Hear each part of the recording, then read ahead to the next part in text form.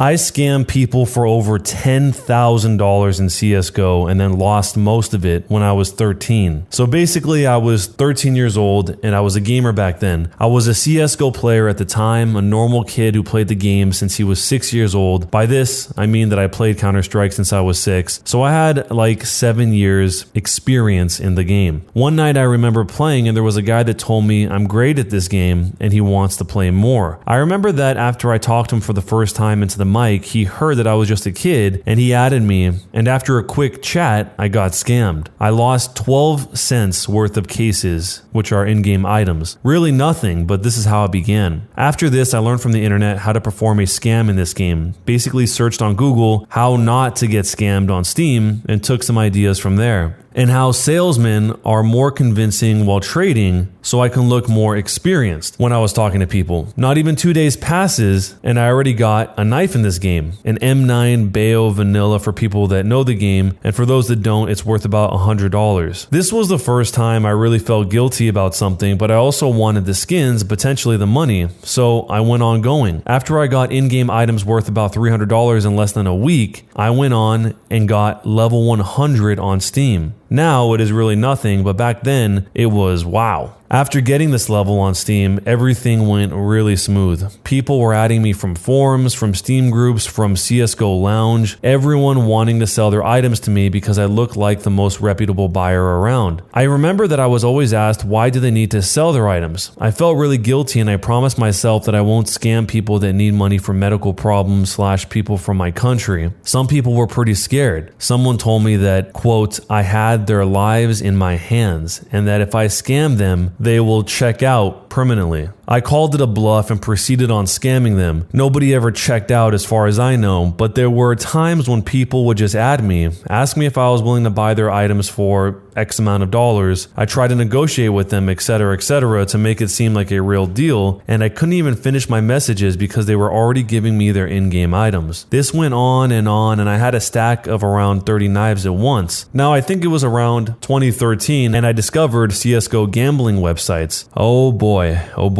I would stay up all night winning and losing on those websites. I would end up having nothing and then scamming people more just to gamble. I've made a total of how much I scammed. I always save screenshots of them, like a diary you can say, and it was around $10,000 when I was 13 years old, and all I had left was $400 after using all these websites. There's actually a bonus story he includes here that I'm going to keep all together because they share the same theme. But he says, after this, I used to scam people randomly like once every 2 weeks when I was bored, and finally quit scamming when everything became too hard and everything became automatic. Item selling websites appeared and people were no longer that new to the whole trading part of the game. The urge to scam didn't stop, and now I had no more money, just an $800 inventory that I wanted to keep and not trade, and no money for other games. And now it hit me. I could scam indie game companies too. I'm not going to give details on how I managed to scam over 500 indie game developers / companies into giving me key codes to their games, but believe me, it is not really worth it. The best games I could take for free were Rocket League, Goat Simulator, Insurgency, and other ones that I don't remember. And Rocket League, by the way, is free to play now anyway. I'm getting emails with new key codes even to this day when some of them make another game.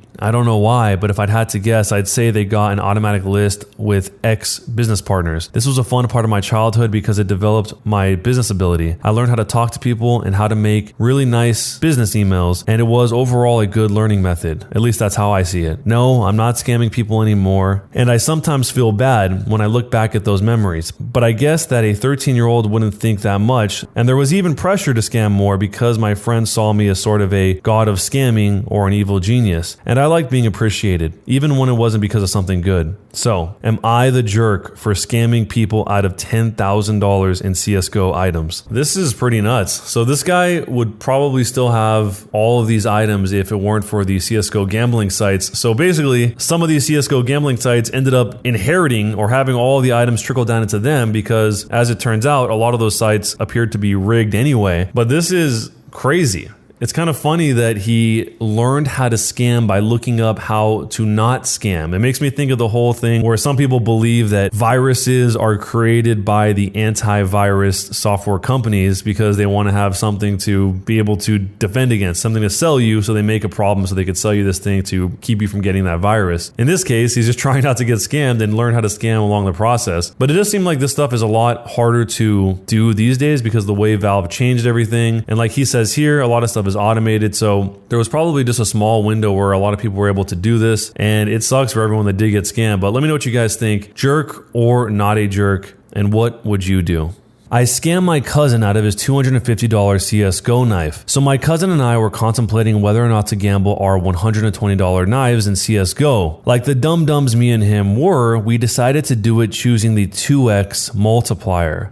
Long story short, I lost mine and he won a $250 knife. Feeling bad, he said I could borrow the knife for a week, something that eventually became his downfall. I eventually made up this elaborate story about how this Russian scammed me and that he, quote, took all my skins. Really, I just traded the skins to an account and privated it. Somehow he believed me and now I'm $250 richer. But considering he stole $200 from his parents, I think he deserved it. Am I the jerk? This is awful. The cousin here cares enough about his cousin, the original poster here, to let him borrow his item because he feels bad that he lost it. And the OP, the original poster, just totally, completely takes advantage of that and tries to grasp for straws, saying that it's justified because he got the money from his parents or whatever his reasoning is. This is pretty sad. And it sounds like he's not remorseful about it at all because he's making justifications for why he did it. And of course, the classic blame it on the Russian scammer technique is what he's trying to use in order to get away with it. Somebody brought up the fact that, he'll know sooner or later when he sees you playing with this item in the game, because obviously CSGO is a team game. You're going to see what the other person has equipped, and the items are somewhat unique, so you're going to be able to tell that it's that same item. But he responded to that saying that he already sold it, and even if he hadn't, he would have made sure that he wasn't using the account when he came to his house. Man, keep your enemies closer, I guess. I feel bad for the cousin for not knowing that this OP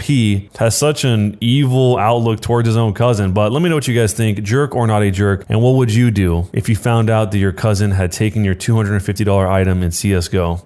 Am I the jerk for hacking into my daughter's bank accounts? Or from the perspective of the daughter, would I be the jerk for confronting my dad about hacking into my bank accounts? So my parents got divorced a couple of years back. My dad had been pretty involved with streetwalkers and blew thousands of dollars of family money on this habit. The divorce started out pretty amicable, but when my dad started to realize he was going to lose a lot of his money, he wanted to cut my brother and I off his health insurance plan, take away college money, etc. I was 21 years old at the time, and my brother was 19. My dad was also pretty intensely cyber stalking and physically stalking my mom once she had started to move on. He put a tracker on her car and set up everything he needed to be able to hack into whatever he wanted. We changed all of her logins, her passwords, and then the next day she was locked out of her accounts because my dad had changed them all back. It took lawyers getting involved because of this harassment to get the insurance details righted, college money restored, and reparations paid back to my mom for all of the streetwalker money he used. I contemplated cutting him out of my life back then, but I just felt terribly guilty about all of it, even though my brother cut off communications. Fast forward to now, and my dad and I have somewhat of a relationship. It's improved a lot since the divorce years, even though I've caught him in a lot of lies/shady behavior still. However, I recently got married back in May, and my husband and I found out we are expecting a baby in April. We've been working towards merging our finances when I get this notification from my bank that the contact phone number on my account had just been changed to my dad's phone number. I just feel so sick. I know he was the one who put that number on my account, which means he's probably yet again hacking or doing something shady to access my bank accounts. I told my brother about it and he's livid and ready to confront my dad, and I think I am too. I called my bank about the number change, and while they won't give me the IP address the change was made from, they can confirm it was done through a verified login, and it was not my husband or myself. So, would I be the jerk for confronting my dad and possibly cutting off contact? I'm so sick of being locked out of accounts, having my private information messed with, and at this point, I don't want my future child/family having to deal with all this harassment and stalking.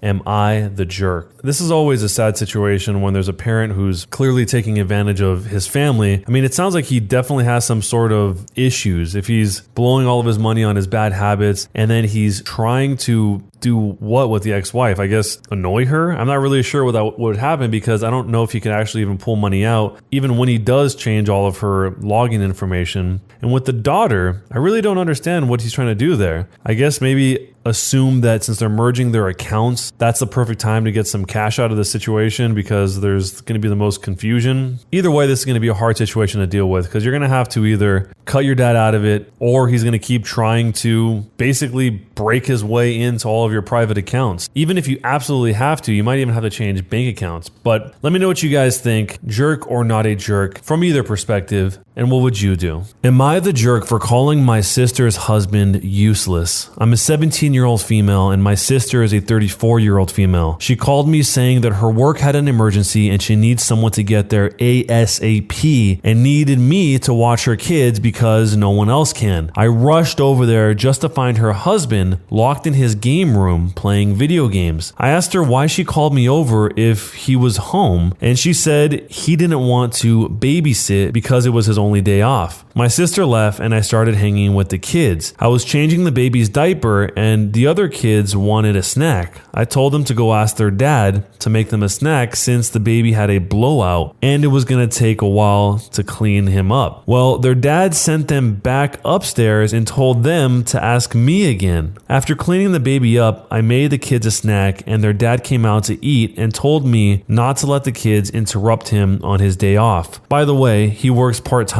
from home, 6 days a week. I kind of snapped at him and told him it was my day off too, and that he's a useless father and husband if his wife has to rely on her teenage sister rather than her own husband. He started telling me I was disrespectful and I didn't understand how hard parenting is, and I told him he clearly doesn't understand how hard it is either since he considers parenting his own children babysitting. He ended up kicking me out and apparently my sister was forced to come home because he told her she needed to figure it out since I'm her sister. I feel like I may be the jerk because my sister is mad at me, her husband is mad at me, my mom is mad at me for causing drama, but my dad thinks it's funny and agrees with me. I definitely didn't need to call him names, but I just hate this guy so much. We have argued about things in the past as well, so we already don't have a great relationship. My sister is saying I need to apologize to him, and he is threatening to never let me into the kids' lives if I keep disrespecting him. So am I the jerk? Most of the time, or pretty much all the time, if somebody is using their kids as some sort of tool to extract what they want from other people, whether it's the other parent or it's, in this case, the family of the person, in order for them to behave a certain way or else you're not going to be able to see the kids, it's pretty twisted. It's kind of a strange concept that I feel like a lot of people, especially in all these stories, tend to go to pretty often. So if she doesn't behave exactly how he wants her to behave, she can't be in the lives of the kids, even though she's directly related to them. She's their aunt. And not for the sake of the kids, it's for the sake of him not having to babysit, as he calls it, even though they're his own kids, which is wild to think of it like that. And the whole concept of him valuing his day off more than her day off is very strange too, because they're his own kids. So what do you guys think? Jerk or not a jerk in this case? Am I the jerk for making fun of a white girl for being poor because she was being racist? I'm Asian, more specifically one of the only Chinese people in my grade, which has been absolutely fun these days. So the girl in question has been racially harassing me since the beginning of lockdown. When she DM'd and said, "Did the bat taste good? Thanks a lot, you freak," I reported her to my school and they literally just dropped it because they said tensions were high and she couldn't be blamed because her uncle had corona or something like that. Then I got repeated repeated messages like that from fake/newly created accounts that I suspect were from her, but I just kept blocking them until I guess she gave up because I wasn't reacting. My school district has chosen to do in person, massively dumb in my opinion, but whatever. On the literal second day of school, she walks up to me while I'm in the lunch line and says in a thick Asian accent, "Are you eating bat dumpling or dog noodle?" Other people around me laughed. And I'm sure I don't have to explain this, but I felt humiliated. It finally felt like I got her off my back for a little while, and she comes back as soon as school starts. And I already know my school administration isn't going to go to bat for me. I don't know a lot about this girl since I obviously tried to avoid her, but I did know that she had bad teeth, lived in a trailer, and was very poor. I'm ashamed to have stooped to this, but I just wanted to show her how it felt for once, so I said, "I'd be less concerned with what I'm eating if I were you, and more worried about your diet, since you're the one who needs to figure out how to brush her teeth in a trailer with no running water. Stop trying to get sent to a hospital when you can't afford health care." Other students nearby told me I went too far because it wasn't her fault she was poor. Like it was my fault I was Asian. She literally cried. Like I didn't cry every time she called me her names. She's left me alone ever since though, which doesn't matter since I plan on transferring anyways. Am I the jerk? I think in this case, if she didn't do something to abruptly put a stop to this, it probably would have kept on going forever. And it sucks that it had to be in this way, but I mean, really, what else is there? If nobody else is there to help her, she feels alone. The school isn't even helping when she's trying her best to report and do things the right way. I mean, she's not really left with many options. It's either she does something to totally shut it down, or she has to continue enduring this nonsense forever. But let me know what you guys think on this. Jerk or not a jerk, and what would you do?